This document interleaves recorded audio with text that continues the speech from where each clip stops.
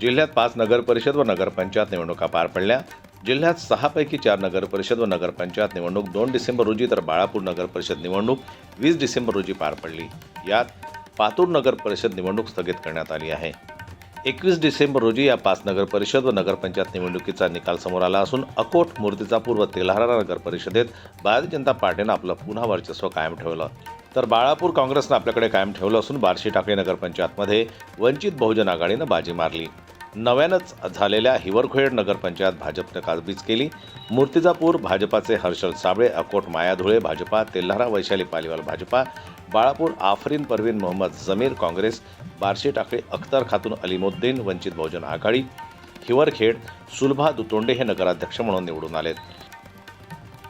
मी एक भारतीय जनता पार्टी सामान्य कार्यकर्ता आहे। भारतीय जनता पार्टीच्या वरिष्ठांनी जो माझ्यावर विश्वास दाखवला, माझे मार्गदर्शक माननीय आमदार हरीशभाऊ पिंपळे यांनी जो माझ्यावर विश्वास दाखवला, त्यावर मी कटिबद्ध राहील आणि मूर्तिजापूर जनतेने, तमाम जनतेने आणि भाजपा कार्यकर्त्यांनी जो माझा विश्वास दाखवला त्यावर मी कटिबद्ध राहील आणि विश्वासाने सांगतो की मूर्तिजापूर नगरपालिका विकासाच्या दृष्टीने मी त्याचा प्रयत्नशील राहील। आनंद तर खूप झाला आणि जनतेने दाखवलेला विश्वास हा सार्थी ठरला आणि सर्व प्रभागातील जनतेचं मनापासून मी आभारी आहे की जनतेने माझ्यावर विश्वास दाखवला, त्याबद्दल सर्वांचे हार्दिक धन्यवाद। काहीच नाही, लोकांसाठी जेवढे मोठ्या प्रमाणात होईल तेवढ्या मोठ्या प्रमाणात लोकांची सेवा करणं हेच माझं पहिलं कर्तव्य राहणार आहे।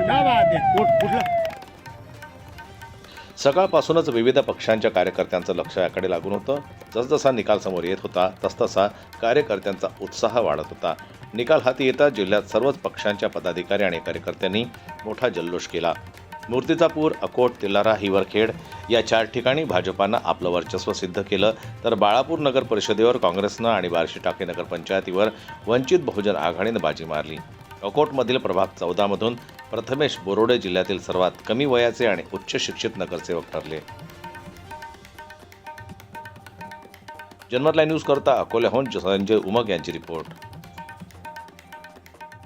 मराठी बातम्यांसाठी जनमत लाईव्हला लाईक करा, सबस्क्राईब करा आणि बेल आयकॉनला दाबायला विसरू नका।